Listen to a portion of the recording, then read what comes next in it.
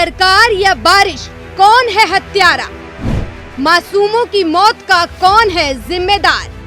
ये हादसा नहीं, ये है हत्या। सवाल ये नहीं कि बस्ती किसने जलाई, सवाल है कि पागल के हाथ में माचिस किसने दी। आज यही सवाल पूछा जाना चाहिए उस सरकार और अधिकारियों से जो कोचिंग सेंटर चलाने की अनुमति देते हैं और उसके बाद ये भी नहीं देखा जाता कि आखिर बच्चों को कहां और किस स्थिति में पढ़ाया जा रहा है। दिल्ली में शनिवार की शाम बारिश काल बनकर आई और उस काल के मुंह में समा गए छात्र। दिल्ली में शनिवार की शाम को ही बारिश के चलते ओल्ड राजेंद्र नगर के राव IAS कोचिंग सेंटर के बेसमेंट में पानी भर गया। जल भराव के कारण 3 स्टूडेंट्स की डूबने से मौत हो गई। पुलिस ने बताया कि शाम 7 बजे सूचना मिलने के बाद NDRF को बुलाया गया। देर रात 3 स्टूडेंट के शव और 14 छात्रों को सुरक्षित निकाला गया। मिली जानकारी के अनुसार बिल्डिंग में पावर कट के कारण बेसमेंट में बनी लाइब्रेरी का बायोमेट्रिक गेट जाम हो गया। स्टूडेंट अंधेरे में लाइब्रेरी के अंदर फंस गए।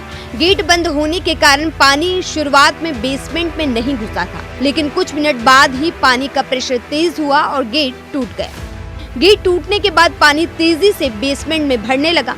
देखते ही देखते पानी घुटने से ऊपर तक भर गया, जिसमें डूबने से 3 छात्रों की मौत हो गई। अब सवाल ये है कि बेसमेंट में पानी के बहाव की व्यवस्था क्यों नहीं थी? तो यहाँ पता चलता है कि बेसमेंट में बिना परमिशन के लाइब्रेरी चल रही थी, जो कानूनन सही नहीं है। जिस बेसमेंट में ये घटना घटी उसका इस्तेमाल स्टोरेज पर्पस के लिए किया जाना था, लेकिन यहाँ लाइब्रेरी बनाई गई, बच्चे यहाँ पढ़ाई करते थे। फायर NOC के मुताबिक एक बेसमेंट को स्टोरेज बनाने की इजाजत दी गई, दूसरे को पार्किंग के तौर पर इस्तेमाल करना था, जबकि बेसमेंट में लाइब्रेरी बनाई गई। मतलब साफ है कि लाइब्रेरी बनाकर नियमों का उल्लंघन किया गया। हालांकि इस मामले में कोचिंग सेंटर के मालिक अभिषेक गुप्ता और कोऑर्डिनेटर देशपाल को दिल्ली पुलिस ने गिरफ्तार कर लिया है। BNS की धारा 105, 106(1), 152, 290 और 35 के तहत दर्ज मामला किया गया। कोचिंग सेंटर के मैनेजमेंट, सिविक एजेंसी के लोग को भी जांच के दायरे में रखा गया है। देखिए, कल एक बहुत ही दुखद घटना हुई। राजेंद्र नगर के कोचिंग सेंटर की बेसमेंट में पानी भर गया और कुछ बच्चे ट्रैप हो गए। जैसे ही मुझे इस घटनाक्रम का पता लगा, मैं मौके पर पहुंची। वहां पर देखा कि NDRF की टीम जो है ऑलरेडी रेस्क्यू ऑपरेशन कर रही थी और ये सबसे दुख की बात है कि 3 बच्चों की मौत हो गई। और अब जैसे ही इस घटना के बाद अब मैंने कमिश्नर MCD को एक लेटर लिखा है, जिसमें आप देख सकते हैं कि हमने 2 निर्देश मैंने दिए हैं। पहला, दिल्ली में जितने भी कोचिंग सेंटर्स हैं जो उन बिल्डिंग्स में चल रहा है जो MCD के जुरिस्डिक्शन में आते हैं और बेसमेंट में बायलॉज के अगेंस्ट या नॉर्म्स के अगेंस्ट ऐसे कोचिंग सेंटर चल रहे हैं, उन पर सख्त से सख्त कार्रवाई हो, उन पर एक्शन लिया जाए।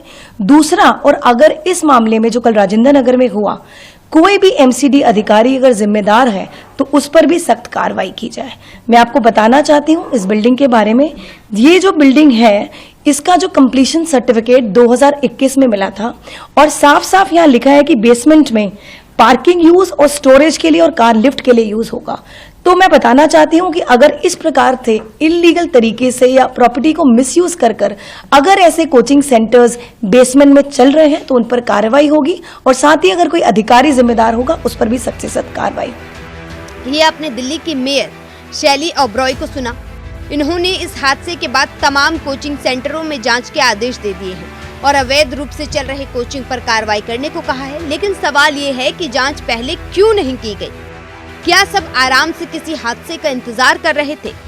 आम आदमी पार्टी और भारतीय जनता पार्टी के बीच वॉक युद्ध छिड़ गया है। आप पर निशाना साधते हुए दिल्ली BJP अध्यक्ष वीरेंद्र सचदेवा ने कहा, वहाँ जो हुआ वो कोई हादसा नहीं बल्कि हत्या है। बेसमेंट में लाइब्रेरी कैसे चल रही थी? पहले जो जांच बैठाई गई थी उसका क्या हुआ? ये छात्र देश का भविष्य हैं। दिल्ली के मंत्रियों में ये हिम्मत नहीं कि वो घटने की जिम्मेदारी ले। दिल्ली की सरकार भ्रष्टाचार में शामिल है। लोग लगातार नाले की सफाई करने को कह रहे थे। आम आदमी पार्टी क्या कर रही थी? आप सरकार ने पूरी दिल्ली को बर्बाद कर दिया। छात्रों की क्या गलती है? यही कि वो पढ़ने के लिए दिल्ली आए। BJP पर पलटवार करते हुए आप विधायक दुर्गेश पाठक ने कहा, दिल्ली के ड्रेनेज सिस्टम ध्वस्त हो चुके हैं। इसका कारण ये है कि BJP 15 साल से नगर निगम की सत्ता पर थी।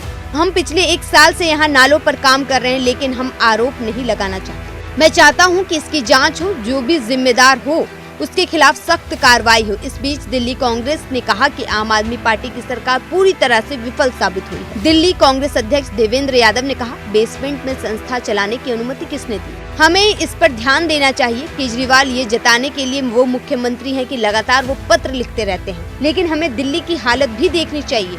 उनके मंत्री कुछ नहीं कर पा रहे हैं। मतलब साफ है, राजनीति शुरू हो गई है। लेकिन जिन माँ बाप ने अपने बच्चे खो दिए, उनके बच्चे को कौन लौटा सकता है? कोई नहीं। सच ये है कि ये हादसा नहीं, हत्या है। और इस हत्या के लिए जिम्मेदार वो हैं जो पिछले 15 साल से दिल्ली के एमसीडी पर कब्जा करके बैठे थे, और वो भी जिसने जीतने के बाद सब कुछ सही करने का दावा किया था। इस हत्या की जिम्मेदारी कोई नहीं लेना चाहता, लेकिन कुर्सी के लोभी बीजेपी और आम आदमी पार्टी सभी जिम्मेदार हैं। अपनी आंखों में आईएएस बनने का सपना लेकर आए युवाओं के आंखों से सिर्फ सपने ही नहीं, बल्कि उनकी जिंदगी तक छीन ली गई। मोटे रकम कमाने के लिए ना जाने कितने ही कोचिंग सेंटर्स ऐसे अवैध रूप से चल रहे हैं, लेकिन जवाबदेही किसकी पता नहीं। Bureau report, news 1 India.